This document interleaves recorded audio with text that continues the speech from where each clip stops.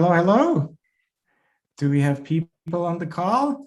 As always, you can unmute yourself, say hi. Let's see that proof of life that there's people around here. Hello. Wednesday. Hello. Hi everyone. Hello, everyone.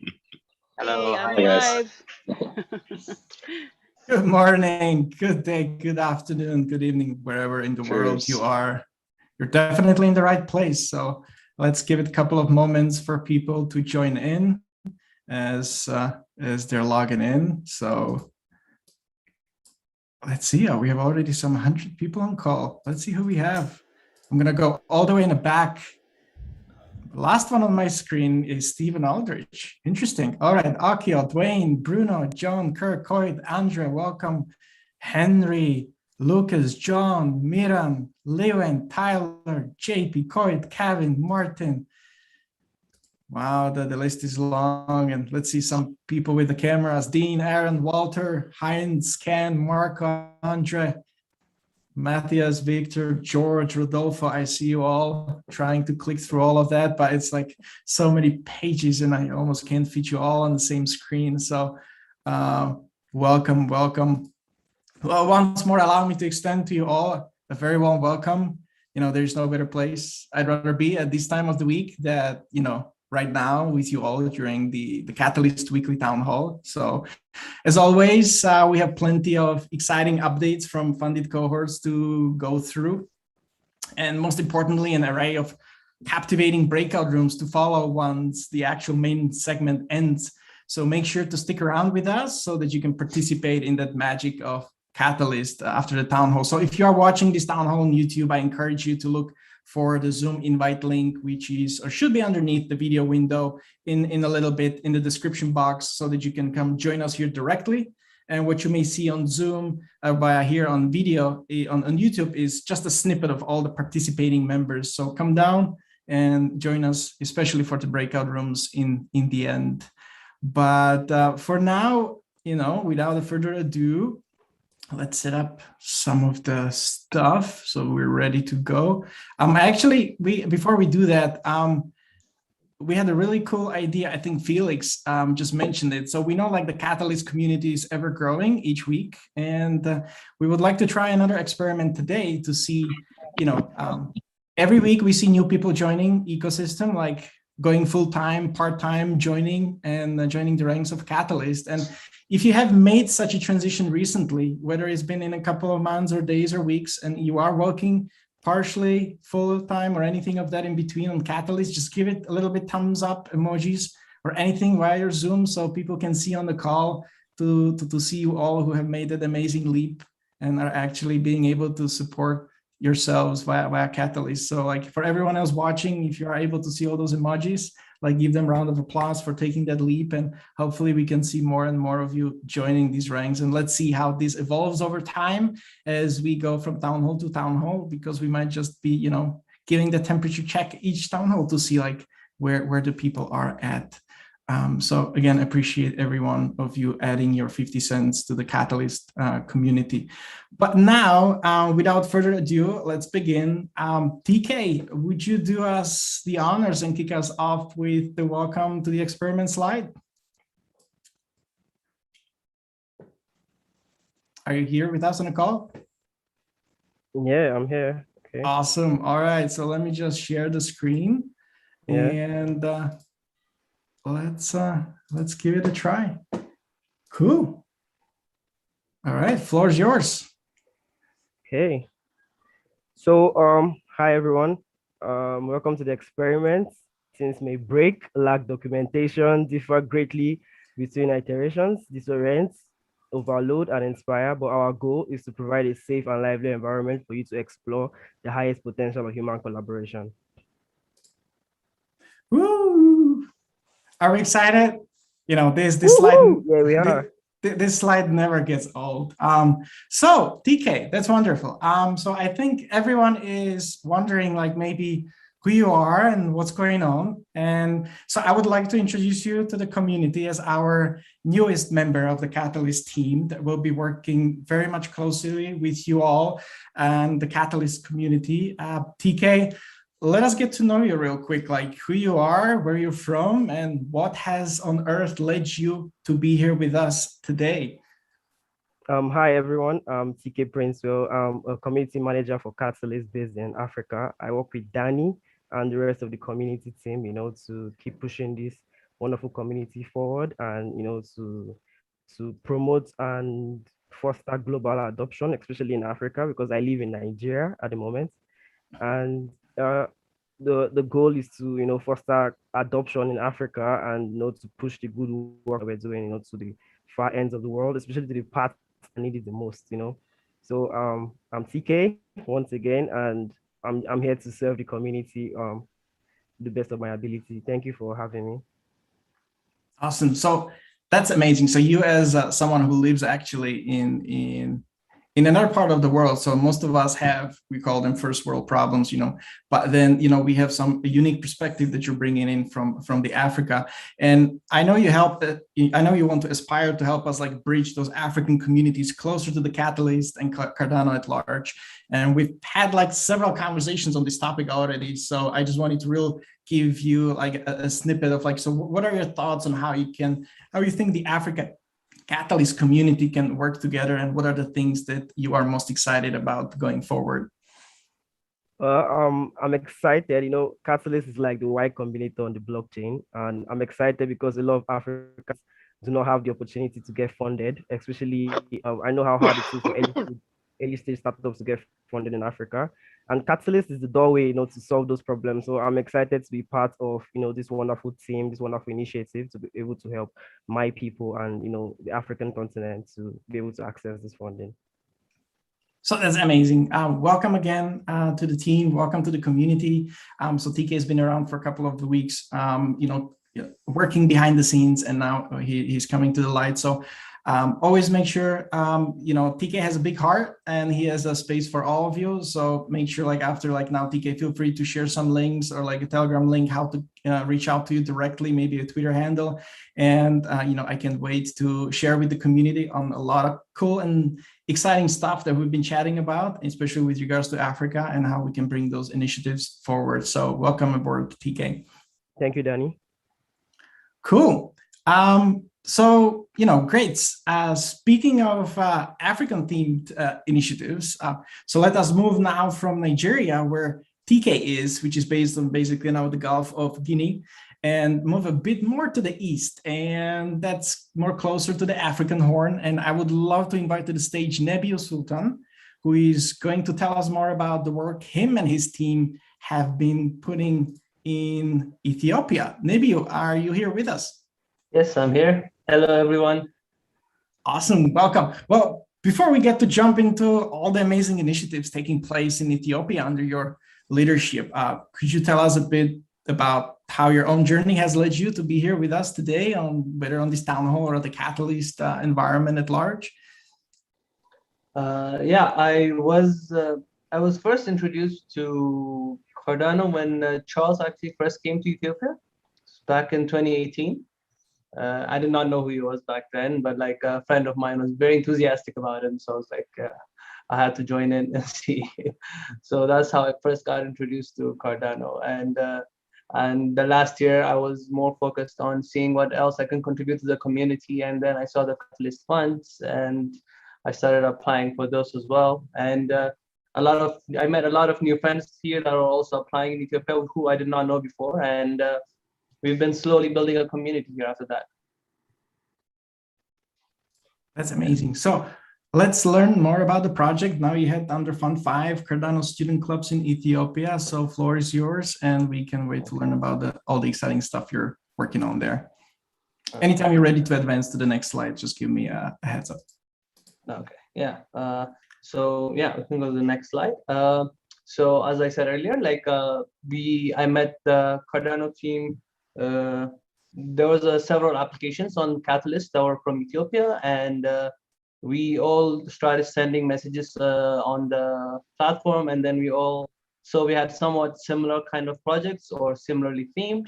So we all decided to meet up because we were all in the same city, and then all our projects are most of our projects are all funded. So we decided to pull our resources together and form one group so that we can update the community at the same time. We wanted to reduce the redundancy, and we wanted to have more effective way of tracking each other as well to ensure that we help each other to succeed in all our projects. So we formed our team. We call it Indubis team.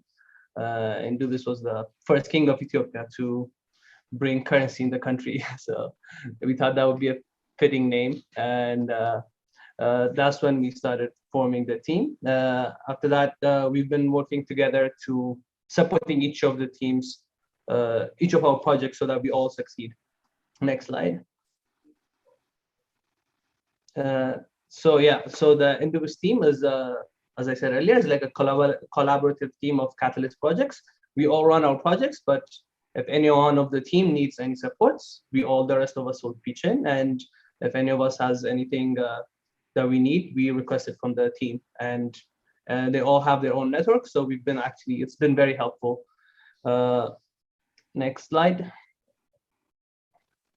So I'll just get on to one of the projects that we're working on, which was funded, was the Cardano clubs in Ethiopia. So we decided to start with the biggest university here in Ethiopia, the Addis Ababa University, and the aim of the project is to build a community of students of Cardano, to build a Cardano community within the Ethiopian universities. We're starting off with Addis Ababa University, that is. Next slide.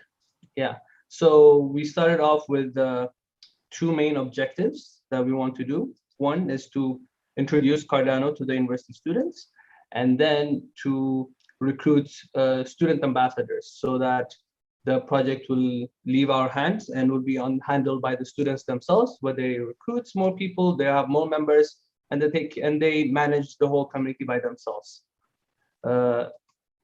Next slide. In that regard, in the first phase of the project, which was to introduce students to Cardano, we had a goal of having to engage 1,000 students and to have several events in which we would have at least 500 attendees. And then we wanted the student club members we wanted 150 student club members, and then 10 student ambassadors, those are representatives from different campuses, to organize all these activities. Next slide. So to start off, we decided the easiest one that we were able to get was one of the campuses from the school, was the School of Architecture. They were very enthusiastic to support us, and we decided to have our first event there, and we signed an agreement with them that we would introduce a general introduction to blockchain and also introduction to Cardano to those university students. Next slide. We wanted to first have the events and then recruit student ambassadors and interns, but at the Cardano Summit, we met several students that were already into Cardano, so we decided to jump a couple of steps ahead, and then we recruited 2 interns that really wanted to work with us. And then also we had some 5 ambassadors we thought would be fitting, so we jumped a few steps and recruited a few ambassadors to organize the events. Next slide. So we had our first events. We were hoping for a larger audience, but we had some COVID restrictions and we had to limit the numbers. And we introduced students to people that are active in different blockchain activities in the country so that they can understand what was happening in the country. And then we gave them a small introduction about Cardano. Next slide. So those were the main activities that we did so far. The next event that we will have would be on the 30th of October, be 10 days from now. It will be in the School of Computer Sciences. So we are looking for more developers that can give better presentations. And we've had a bit challenge finding suitable presenters at the events, but we've managed to, so far we've overcome those. And we've had a few volunteers that are very excited at the next events. And we've formed also clubhouse events so that we can continue engaging all the students. And that's what we've been going. If you have we have all these links. You can check on the website we'll regularly update what we're doing on our blog, on our Twitter page, and we'll upload the videos of all our events on the YouTube channel. Yeah, that's pretty much it. Well, thank you. That's really wonderful. Seems like you got a handful of activities going on, and like judging by the presentation and the reactions, I think you are going about it very well. So if I may ask you, if there's someone like you watching the path you're on and feels inspired, and he's like, he's sitting by computer screen somewhere in Africa where you guys are based, and who has like ideas and wishes to make them happen, like what would you advise other field of Africa-based problem solvers? Could they also possibly reach out to you, and are you open to collaboration, maybe some mentorship, Yes, or like what's the best way to go about it?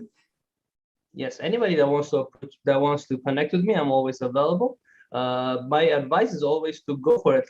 In our first application, when I was applying for the student funds, I had zero expectations of actually getting funded, but it was other like Nathan, some of the people in the team that actually said, it's good enough application, submit it.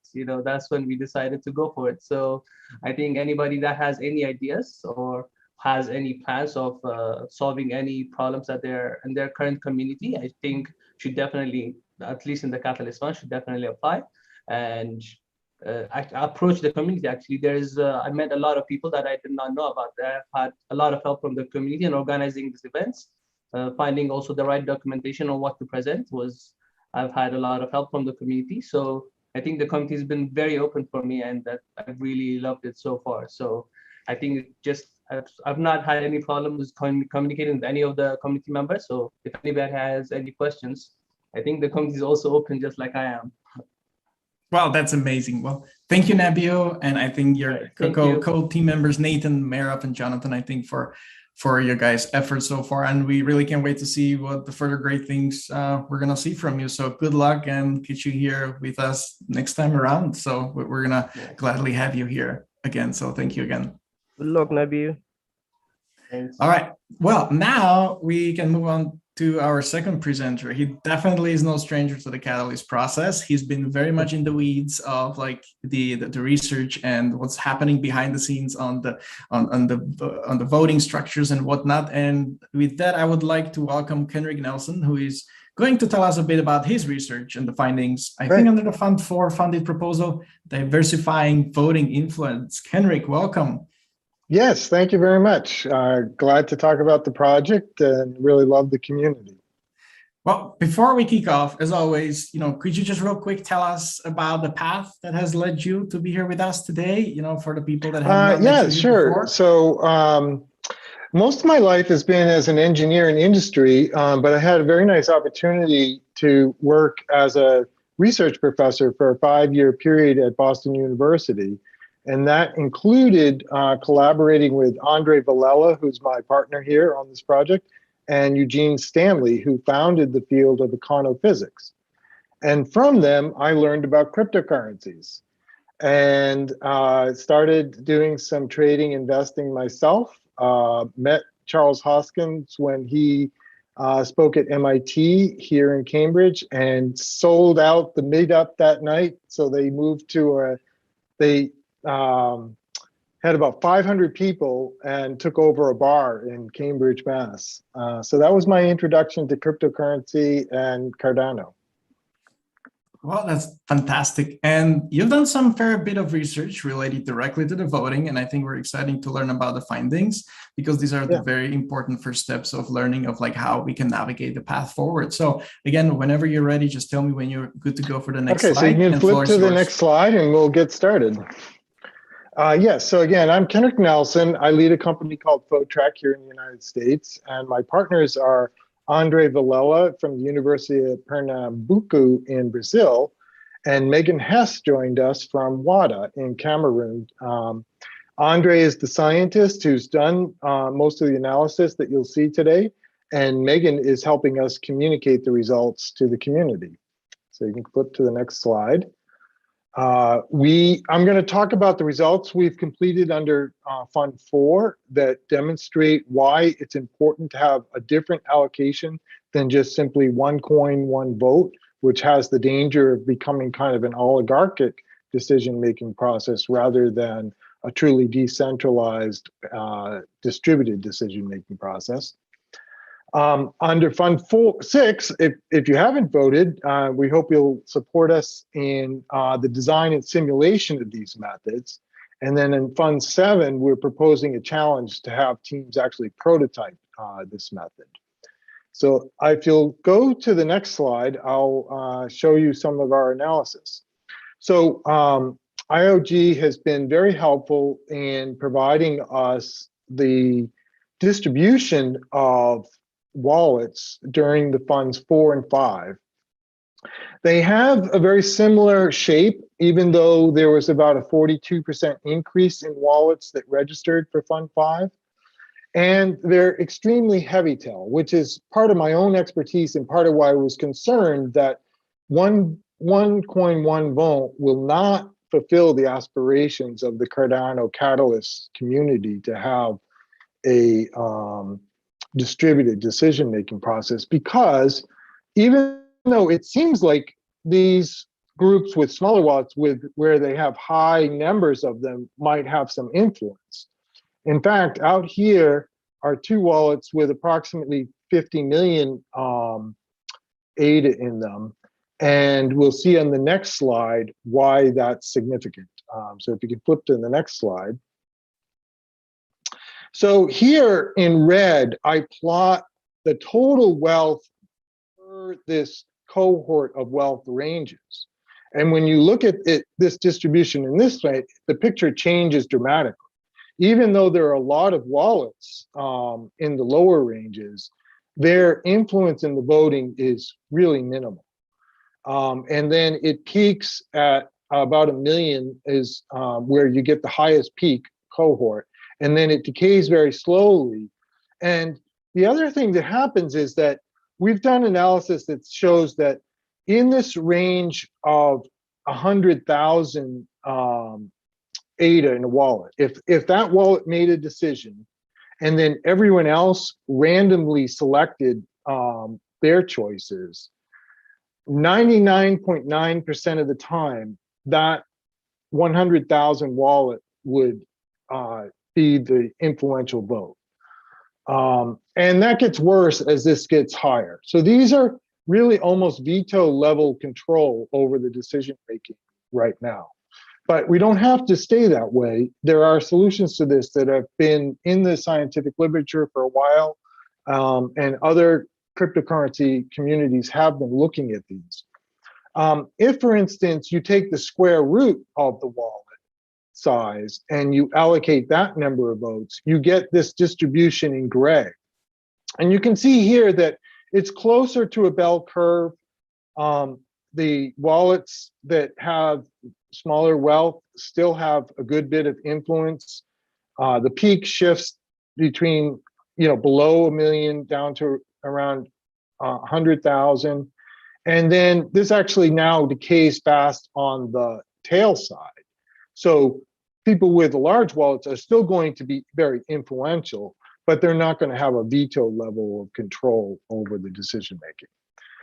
We have quite a bit more that we've been working on, but I just wanted to keep it short today. In particular, I'll just finalize by saying that we think that in addition to this, it's important that people be able to focus their voting on the things that they're interested in, rather than being responsible for voting across all of the projects. And that you can see in our fuller report. So thank you for the support you've provided. We're happy to make this contribution and hope you'll continue to support us. Thank you, Kenric. This is indeed a very important aspect, of learning about the on-chain governance, where we are today, and how we may actually find solutions together to problems, that people have been trying to address for hundreds of thousands of years. How to actually govern yourself, in a fair and a meaningful way. But on that topic, I know I trust Dor has a good insights on, as we're having exactly similar conversations throughout different cohorts and whatnot. So Dor, are you here with us on the call? Would you like to chime in with a couple of your thoughts? Sure, yeah. Hello. So Hello, Dor. hello. Hi, Kenric. I mean, even before this, doing that, just, lots of gratitude for Kenric and his team. This is exactly what we were hoping for is going to emerge, right, from launching such a challenge as a decision-making challenge, right? Like that, rather than kind of like taking our, our, I think very successful, but very kind of patched up reference implementation of Catalyst and all the governance systems that we're doing, the community can pick up the stick and start to evolve its own thinking, its own analysis, its own intelligence about these things, and that over time, that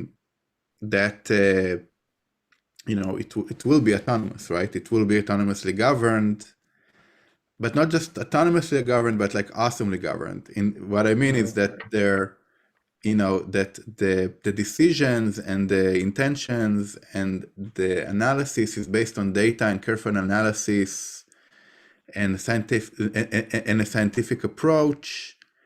And Kenric really embodies that, and his team embodies that, and they're really pioneers and leaders. And so important to just like notice that, right? That this is one of the first times we're seeing such a deep analysis, and I'm only wish it's just like getting more and more of that, right? And enrich our capabilities to do that. So then I think another thing is just that some people might be a bit disheartened to hear the statistics and maybe feel like they like have less power or influence. And I just want to mention that this is one dimension, but there are many other dimensions that are real, okay, that happen in parallel. Okay, so it doesn't matter how much ADA you own to be a proposer and influence the entire network if you have a really good solution to a problem. Okay, it doesn't matter as an advisor. You don't need to own any ADA to be an advisor, and you can come and your perspective, your insights about a proposal can guide the voting and decision making of other people, right? And even as a voter, okay, even if you're a voter and you just have 500 ADA, and you might not feel like as influential. Like, first of all, of course, you're way more influential than in your own country. That's for sure. But I would say that the act of going through the proposals and reading them and making sense of them and making choices and also noticing what's happening, what kind of problems and what kind of solutions are out there, are part of the process to turn you into a domain expert, okay, where the domain is basically the Cardano ecosystem and its big problems. Right now what we're seeing is a massive, organized group of more than 40,000 people, okay, all building capacity together and training themselves. The power and influence of that is incredible. Like, I don't know how many of you understand how much power we actually have even right now, although we're just starting. And it's happening because we're building this capacity together, and participating in all this process is conducive to that. And just to remember now, more on the principle level, it's like, is one ADA one wallet an optimal system for decision making to produce high quality decisions? No, it's not. It's just what we have to work with right now to be Sybil attack resistant. So like almost any, if we had the other choice, like something we could have feasibly done that that would have been different, that would have produced like better quality of decisions, we would have done it. I'm like, I myself is a bit frustrated with seeing the potential. You know, like there's you know, it's like, you know, you want the right kind of people, right people in the room, you know, the right representatives and the right experts to show up and decide. And there's probably like different groups for different types of decisions. It's just the way it is. It's really complicated. And almost all of these systems that I know of would require some sort of an identity solution and to be Sybil attack resistant. If we as a community, we want to be able to move beyond what's feasible, like increase the amount of what's feasible, like for us to try and experiment on, we need to figure this out, right? We have an Atala Prism challenge, and we have the capacity of our community to set up new challenges, right? And go and build it. From the Catalyst team perspective, we would love to, when something feasible emerges, we would be delighted to experiment with it, to have a real competition, a real comparison of outcomes between different types of decision-making mechanisms. I think the rapid funding proposals are going to be a great way to pilot a bit of that, of like how do we actually compare different systems. And I think it might, and it could evolve over time to actually not just like the mechanisms, but also like, you know, the distribution of decision-making power. How can that influence? But expecting that solution to come up from the sky is not going to happen. You'll have to build it. Okay, you'll have to think about it and build it, and it could take multiple years to get it done. But after that, I think the impact could be earth-shattering. So don't despair. We're just at the beginning, and we're all working towards this together. And thanks to people like Kenric, we're building the foundations to really have an evidence-based methodologies, right? To figure out what kind of governance actually works best. So that's my spiel.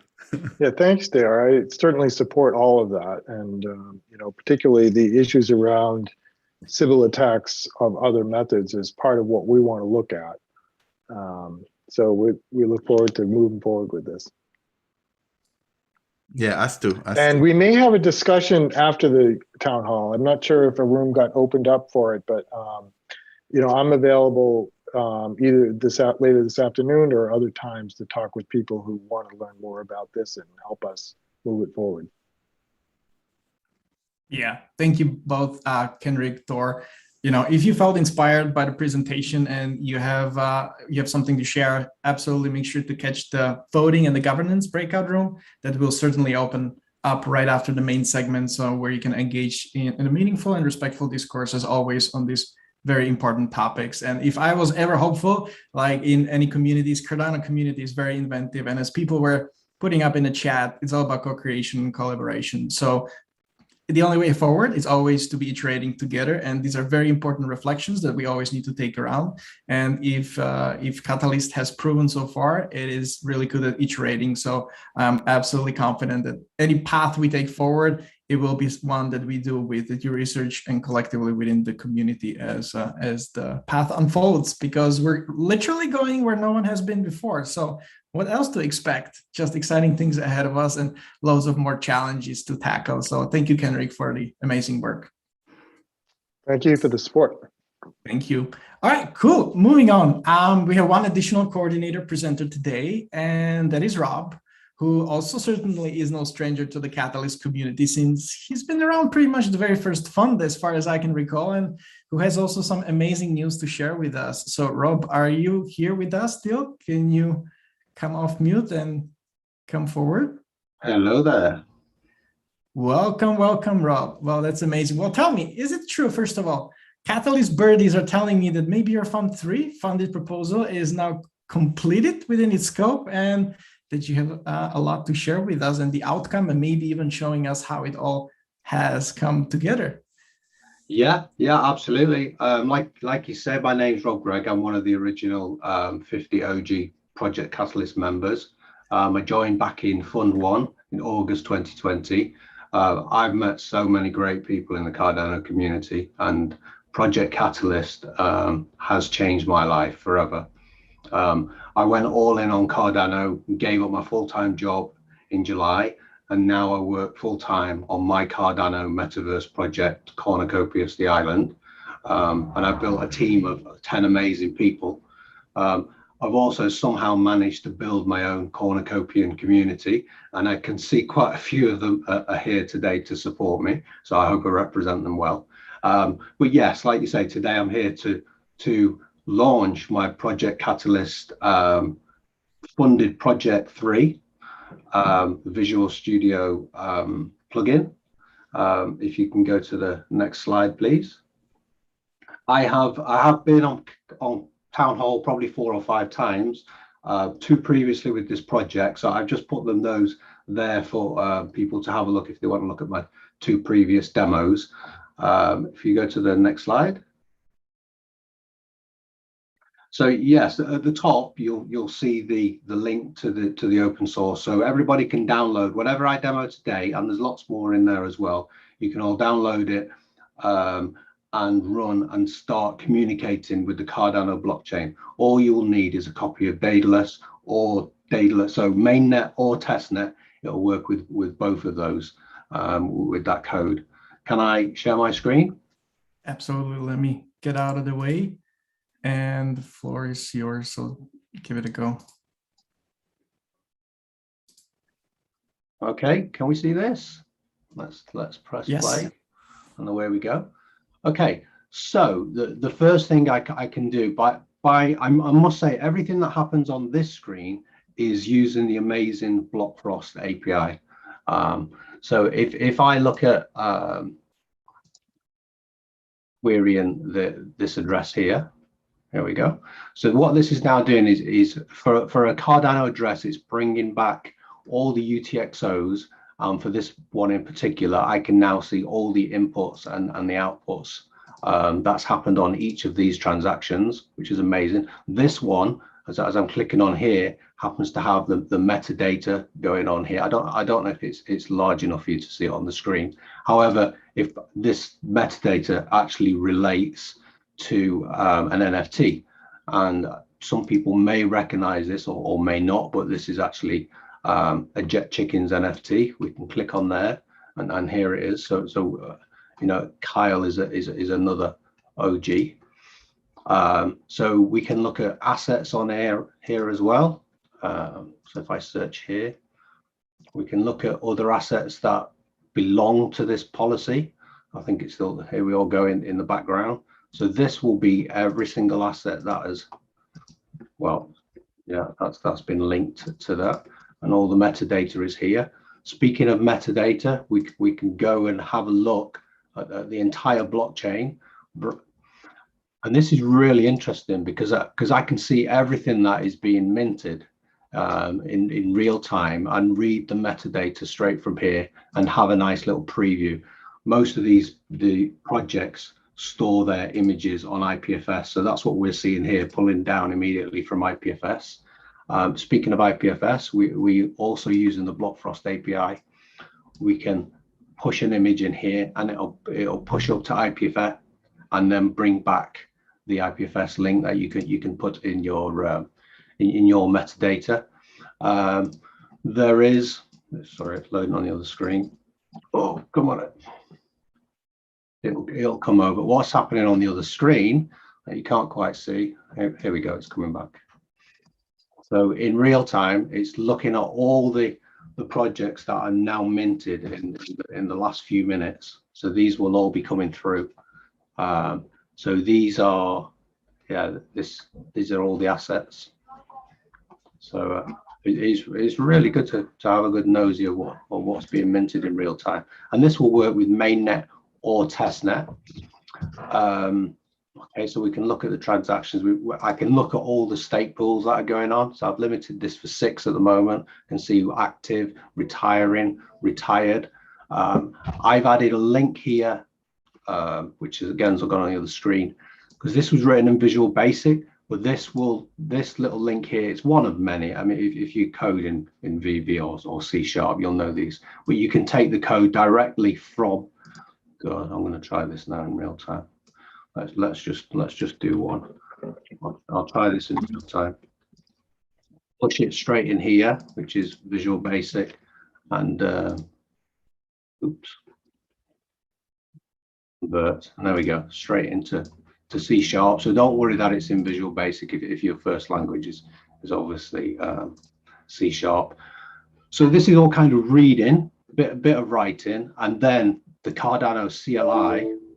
Oh, mainnet's not running. Right. Now we'll launch Daedalus. This bit, unfortunately, is a little bit complicated, but this actually uses Daedalus, because Daedalus is a full node. So with this script that you can build up over time, it's got lots of examples of querying the blockchain, and I actually used a version of this with Cornucopias to mint transactions, NFTs, and I'm able to send them and do all kinds of stuff. So I think Daedalus is just about warming up in the background. It may work. I can see it's still loading. Yeah, there we go. So that's brought me the latest version of Daedalus, and I can, somewhere down here, I'll be able to query the UTXO. Oh, maybe not, because it's all a bit broken. But that's kind of my demo. I'm going to run out of time if I go on. But please, everybody, download the open source project, and just, you know, have a play with Cardano, because it's all there waiting for you.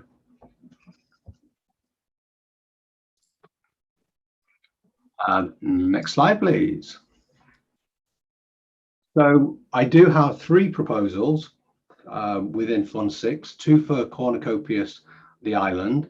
The smart contracts, for example, I am looking for Plutus Pioneer graduates to come and help me write some smart contracts. So 90% of the funds that come from there will go directly back to the community. The NFT island game, and also, people may not know this, but I also have a dragondefender.com, which attempts to capture all the spam and all the imposters that happen on in YouTube. So that I've been running that website now for about a year, and I've got quite a few prominent YouTubers on there. But I mean, as anybody knows, the spam that you get on YouTube is just, it's unbelievable. Next slide, please. And that's about me. Any questions, please? Well, I'm sure people might have plenty of questions. That's really amazing, Rob. And like, now you have sort of like a unique perspective, right? As someone who has been here basically since the very beginning, yeah, and have really completed like the entire journey, like start of submitting the proposal the very first time until having it completed now. So when you would like zoom out a little bit, what would you advise for other aspiring proposal owners, really, whether those currently working underway or those thinking about what to do next? Like, what is probably like the biggest key lesson that you learned throughout this process? The biggest lesson is Cardano is all about community and open source. If you want to contribute to the community, this is the place to be. If you're here just to line your own pocket and make a quick bucks, then this is not the blockchain for you. You need patience, because it is an experiment, and things like we say at every town hall, things break and things take a little bit longer to come to fruition. But if you stick with it, the community is there to help you, and Catalyst is what the word says. It's to help people that are working on their own or within companies to be a catalyst to move on to something else, whether that's to grow in your own business or just to further your education. And it has absolutely done that for me. It's taken me from a full-time job into now another full-time job, but a job that I actually enjoy, and you know, really exciting people and community. Yeah, community is number one, and that is something that I've carried through to my game and my community. Well, that's amazing, Rob. It's hard to follow those words, but all I can say is thank you. I think on behalf of everyone, congratulations on completing your Fund 3 proposal. Good luck on your forward, and you know, hope to see more of you and your great work in the future. So thank you for coming by down to share this with us. Cool. Well, I think that now concludes about the member updates that we wanted, that we had today for you to share. But like, keeping on theme with the coordinator, I wanted to quickly give an update on something we call a Catalyst Boost Camp. We have introduced this a couple of town halls ago, but now it's really underway, which is an initiative for Catalyst funded proposers that can apply and participate in. So this camp offers a number of workshops, each themed to address like a unique segment of like entrepreneurship skills. And it offers like mentoring and additional tools that once you're funded, you can leverage them in their endeavors as you navigate this post-funding life. And, you know, this is the very first time. And I think we have now about 11 teams who are participating actively these days in the workshop, getting not only community funding, but on top of it all, also participating by getting accelerated. So getting funding was just sort of like a one step, but now they're like taking it to the next level where they're accelerating their path by learning and acquiring all these skills. And that's really very magical because in a sense, you know, I really don't recall anyone else who is really doing it in this shape or form. So let's appreciate this collectively. And I can't wait to see how these early stages of Catalyst Boost Camp transform over time as we get more and more funded projects on board and we help them actually to be even better and greater versions of themselves. And all of that that's actually happening, what's the coolest part, it's actually at no cost. So once you get funded and you apply and it fits your criteria, it essentially is free of charge at this moment. So that's something amazing, and really, I'm really proud of the first pioneer projects that took the initiative, took the leap of faith, really not knowing what they're getting into 100%, but now they're deep in it. And I can't wait for the first cohort to finish. We're about to open the second cohort for the funded proposers, and we're going to iterate and see what the future versions are going to look like. So that's amazing. So not only we're Catalyst is now capitalizing on the collective intelligence to choose and pick the projects that the community gets to fund. Moreover, now we are emancipating those individual cohorts, even on their individual level, to get that additional acceleration. So that it's like post-funding life. And that's pretty exciting because you don't get to see that every day. So, you know, best of luck on all the participating Boost Camp members. And we can wait to see where this particular road leads us to, because it's new and exciting. So that's as far as the Catalyst Boost Camp goes. Now let's do a little bit of housekeeping real quick. As you know, we are at the end of the governance phase for Fund 6. So remember, for tomorrow, October 21st, is actually the deadline to cast the vote. Speaking of which, I think we have crossed about 265,000 votes cast altogether to date, which is amazing because, again, we pushed the envelope ever so closely beyond what we've seen in the past. So again, we're trailblazing again in the places we haven't been before. So, you know, you still have about a day to go till tomorrow, 11 a.m. UTC. So if you are still thinking about who to cast the vote for, like, this is now your time before the deadline. And let's see where the number settles for this particular fund. But again, this is every one of you actually participating actively in this governance, no matter whether you have 500 ADA in your wallet or 5,000. It's a collective effort, and it shows. Speaking of which, one of the new additions that we actually managed to introduce during this fund was ability to actually review your voting history inside the app.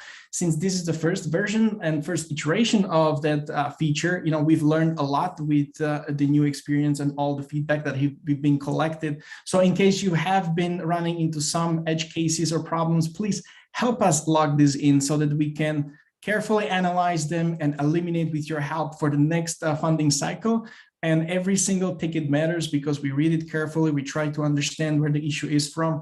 And it's actually a basic cornerstone of what we're doing on an everyday basis, understanding how the system reacts in practice, what are the edge cases, and how we can make it scalable in a safe and in a safe environment. So if you did run into any issues, please just drop us a ticket and we'll be able, and we're going to try to assist you in any way we can. And as always, for Fund 7, we're going to learn from all these experiences and learnings and hope to improve and iterate the experience. So just don't be shy. Please take those couple of minutes and let us know via a support desk in case you've been experiencing these technical difficulties.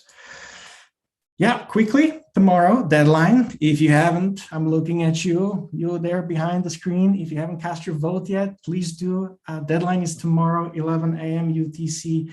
And then the tallying process and making it all presentable will begin shortly after. So we can't wait to see what those results are so that we can actually share with you as a community. And I think you can expect those results to be live in about a week time at the most, sooner if we manage to get all ducks in a row properly and quickly enough. So yeah, tomorrow, deadline to cast your votes. Again, reminder about the published timeline. If you are thinking about Fund 7 and where that might land, we will begin on November 11th for insight sharing. Remember, the first week is all about the fact, how do we understand those challenges and exchanging perspectives on them. And then following week on November 18th, when we will be accepting live draft proposal submissions, that's your date to save. So not too far away from that when Fund 7 begins with about $8 million purse in ADA in total. And without further ado, we have a couple of exciting updates that were mentioned on the last week's call with regards to the Catalyst vote, the circle voting. And I would like to invite Nori on stage and he will give us an update regarding that. Nori, floor is yours. Yeah, absolutely. I'm Nori Nishigaya. I'm a member of the Catalyst Circle admin team, so I'm giving the update today. Can you jump to the next slide? So first up is the Catalyst Circle version 2 nominations. So we now have an open nomination form. The link's here. There's a QR code you can use. The ideal candidate is someone who has experience with Project Catalyst, its key roles and activities. You are well-connected and recognized community member, able to act and represent your community's needs, problems, ideas, and visions. You're patient, experienced in communication and coordination, and familiar with social media channels and co-working tools. The form itself has a much more detailed list of kind of must-have, nice-to-have kind of criteria. And if you fit that, or you know somebody who does that you think would be a good candidate, the form is open for you to nominate yourself or someone else. So we look forward to seeing all the nominations as we lead up to the election event, which is happening on November 6th. Next slide. And then today after Town Hall, we're going to have a Fund 6 retrospective for voters. So please come if you're voting and you have an experience, good or bad, or just feedback you want to provide. We welcome all the feedback so that we can give that back, iterate, and make it better for next time. There's also a survey. So if you don't want to attend, but you want to give feedback, there's a form here that you can fill out and submit with some feedback, and all of it will be considered. So thanks everyone for voting and participating in the cycles of retrospectives. I think this is our last one. So the whole goal of this is to make it better and better as we go along. So thanks for your participation. Next slide. Just some updates on the Catalyst Circle itself. The final meeting is on Thursday, 21st of October. That'll be meeting number 8. I just want to give a big shout out to all the Circle members for all of their time and contributions and work. It's been really fun watching how this evolved and developed over time. So I look forward to seeing what they do with their final meeting and how the version 2 evolves over time as well. You can always find the Trello board where the circle tracks all of the issues and things that it's working on. There's a Git book with the minutes and documentation. There is a Fund 6 proposal to power up the Catalyst Circle. So if you haven't voted yet, please vote for that. This will compensate the Circle for their time, which would be a really big boost for them. And then the Catalyst Circle also is supporting the Rapid Funding Mechanisms Challenge. So please vote for that as well if you haven't. I think that brings us to the end of the Catalyst Circle slides. Thank you, Nori. And if anyone wanted to get a feel about like what the Catalyst Circle is directly in those meetings, feel free to jump through any of those links available on the slides, and that will give you a taste of like what topics are being discussed, what kind of issues and challenges are being tackled. And if that's something that you see yourself participating with actively and meaningfully, I do encourage you really to sign up and nominate yourself, or nominate someone who you think will be a great asset to the community via their work they would be providing through the Catalyst Circle. So definitely do consider it. And even if you don't think about nominating yourself or somebody else, make sure to follow the work, because there's lots of good discussion and discourse taking place, and it's always interesting and good to stay up to date. So feel free to check out those meetings and follow the work they're doing collectively. And yeah, let's wrap up real quick. As always, you will find ourselves here next week, same time on Wednesday, 6 p.m. UTC. So, click on the registration link if you are here for the first time, or if you are watching this on YouTube, you will find these links directly underneath in the description box so that you don't miss this meeting next week. And you can join us directly in the Zoom, especially for the breakout rooms, which are about to follow. Again, we're looking for talent. If you are looking for a change, definitely check out our job listings. If you're looking to make a transition to be full-time supporting Catalyst and all the work associated with it. So check that out. And, usual links. Again, if you are here watching it on YouTube for the first time, check out the announcements. Subscribe to the mailing list so you don't miss anything of importance, and you can catch all the latest details. If you feel adventurous, you can always dive deeper. Any of these available beautiful rabbit holes of Catalyst, whether it's the Discord, it's the different Telegram chats, or looking at all these different data that the Catalyst has produced over time. And I think that leads us to the after town hall breakout session. So we can hand it over to Jacob, and please can you introduce us to all the amazing things and discussions that we'll be having together here. Jacob, floor is yours. Yes, thank you, Danny. Just a second. All right. Okay, so welcome everybody.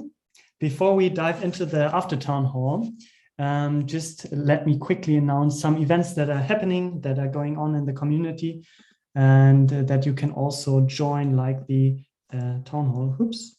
So first up, we got the Eastern Hemisphere Town Hall. So if you're in a different time zone, make sure to join the Eastern Hemisphere Town Hall. It's each Saturday at 9 a.m. UTC, and there is a lot of stuff going on there as well. So really, really cool. Check it out. Next up, there's the Playerman Town Hall. If you're into NFTs, blockchain, and gaming, and all this kind of related stuff, this is the place to go. Playerman is a really cool project as well. So check it out, Sunday, 17 UTC. And if you're a developer or are into tokenomics and all related stuff and want to have meaningful discussions on that and work with other people there, make sure to check out the Gimbal Labs Playground. It's each Tuesday, 16 UTC. And last but not least, we have the Swarm sessions that are hosted by the Catalyst Swarm as well.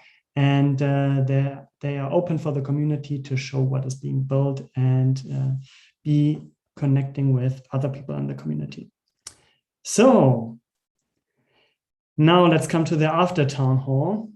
If you want to have a place and host their own topic, a breakout room, make sure to just use the register link here and apply for a topic. You can just tell us what you want to have it about. And if you have something meaningful to discuss with the community, it's the perfect place. Because the after town hall is about connecting with other people. It's about getting to know each other face to face, So it's very nice if you all have your webcam turned on, that we can see who's here in the room. Then it's about participating, being part in meaningful conversations and collaborations, what's going on here. You already heard about it. And it's about catalyzing new ideas and improving these processes together. And therefore, we have a few different breakout rooms, very interesting topics again today. And the first up, as Nori already mentioned, we're going to discuss about the voter retrospective. Make sure to cast your last vote if you haven't so far, but still there will be the retrospective, and the other room will be hosted by Phil. Then we are going to have the Sala de Café. So Juan, will that be also a retrospective, or what is that going to be about today? Thank you, Jacob. I think a retrospective will be a very important part of this meeting. Also, we will have participants or representatives from the group Aldea that is going to talk to us about iteration 0, which is a type of the initial part of the DAO. So welcome everybody that speaks Spanish or wants to learn and understand. We'll be there in the after town hall. Thanks. Perfect. Next up, we have something regarding NFT artists. So we have some people from Retro NFT and Space of Urgency here today. So Lucas, may you say a word or two what that room is about? Yeah, sure. Hey, thanks Jacob for the introduction. So yeah, I'm cut from a project called Space of Urgency, and yeah, basically just to give you the quick overview, it's all about independent spaces, cultural spaces, grassroots spaces. And we've also been partnering with another organization that's Berlin-based. It's called United We Stream, which is a globally recognized platform for streaming that came about during the Corona epidemic. But basically, we've come together because, yeah, essentially, you know, we work with a high volume of artists and cultural space operators, and we're working together on putting together a conference at the end of this next month in November. And in the organization of this conference, and also just generally within our project work, there is a high need coming from the artist communities that we work for and work with, that, you know, they're very interested in learning about NFTs and how to create them and run through the whole process all the way to the sale of those NFTs. So for us, it's we began partnering with Retro NFT and with the idea that we want to develop a curriculum in a 3-part workshop curriculum that will be able to essentially give them the knowledge that they need to be able to, you know, do this whole process for the development and sales of these NFTs. What's more important, just to also say, is that these communities that we work with, they don't just want to sell these NFTs for their own personal gains, but they want to work out a way that they can distribute the wealth from those sales back into towards the communities, back into towards the social causes that they're aiming, the missions that they're aiming for. So, you know, within this breakout room today, we just want to run through and present to you the curriculum that we developed so far, because we would really like your feedback on that. And then to also, talk about different solutions of Cardano that we think that we could potentially mint these tokens on with the artists, and basically essentially develop this workshop program. It'd be great if you could join. Thanks. Sounds good. Thank you. And last but not least, we have the voting and governance. It was already mentioned. So Andre, what is that about? So this room will be about, we talk about finding the correct way how to vote and how to elect members, but we never talked about what these members are seeking to achieve. So I think it is difficult to find a solution to governance before we identify why we are electing these people. So that is the whole idea of the room. Cool. And the last room we have for today is cohort improvements. So there's written the community, but I think Felix has maybe a word or two to say about it. Somebody else wanted? It's a room. It's a cool room. We can speak about things and stuff. No, it's about several people from several groups from the community coming together and say, okay, how can the entrance already in the cohort for Fund 6 look like? How can common reporting improvements or tools or environment structures be designed, ideated from the community. Yes, there we go. Good. So now that we've seen all the breakout rooms, how will we proceed from now on? So if you're currently watching this on YouTube, make sure to go below the video, click on the link and join the Zoom meeting. This is the first step. And then if you're in the Zoom meeting, just click in the bottom right corner on breakout rooms. There you will pop up a list of all the different breakout rooms, and you just click on the breakout room you want to go to. On the right, there's the little button, join.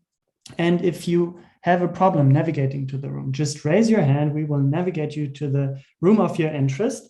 And you can then just switch around there and we will be always here for your help. So no worry, you will get to your destination. Enjoy. Thank you, Jacob. And in a little moment, I will lift the restrictions about being able to unmute yourselves. And in case you will have any troubles or difficulties finding or navigating to any rooms of your choice, just come off mute and we'll be able to help you.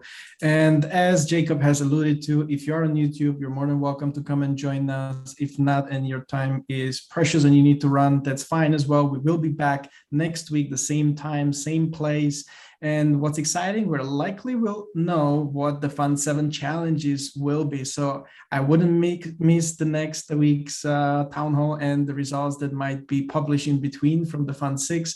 So looking forward to see what that looks like. And until then, I'll be, always around and see you around the Catalyst hallways. So thank you for tuning in and have a great day.